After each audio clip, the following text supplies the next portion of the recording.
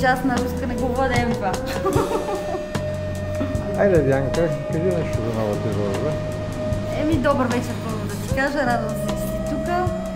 Какво ти кажа за новата изложба? Новата изложба е поредният връх, който изкачих с много житейски опит, с много мъдрост и много красота.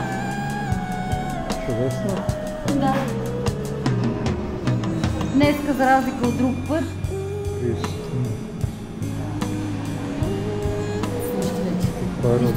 нищо и гафове може, нали? Гафовете са част от живота. Забавната част от живота, което е много драматична. Има от всичко. Като цяло ти си наблюдавал доста мои изложби, знаеш, че чисто фигуративно много не си падам по фигуративното изпълнение. В тази изложба има от абсолютно всичко.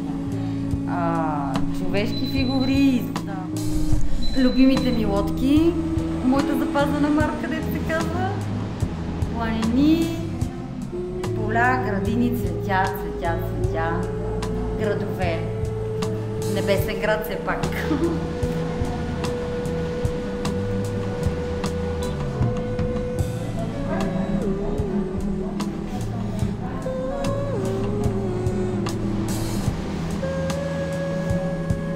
Аз винаги съм искрена, нещо съжаляващо ли казваш? Нещо за финал. Или какво очакваш за всичките неща? В момента просто се наслаждавам на живота. Чудесно. А картината в дъното, която е добра? И на плаката картината в дъното е всъщност картината на върха. Това е древната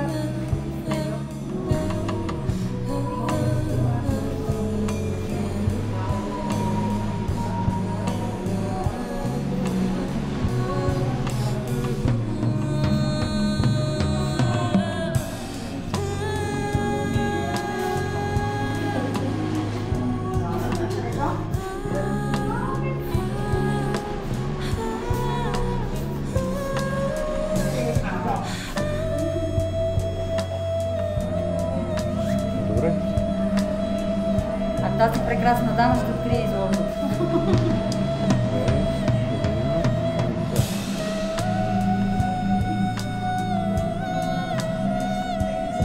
Благодаря ти за присъствието, благодаря ти за картинките, благодаря ти за всичко, което правиш, за всичките си върхи. И аз много благодаря.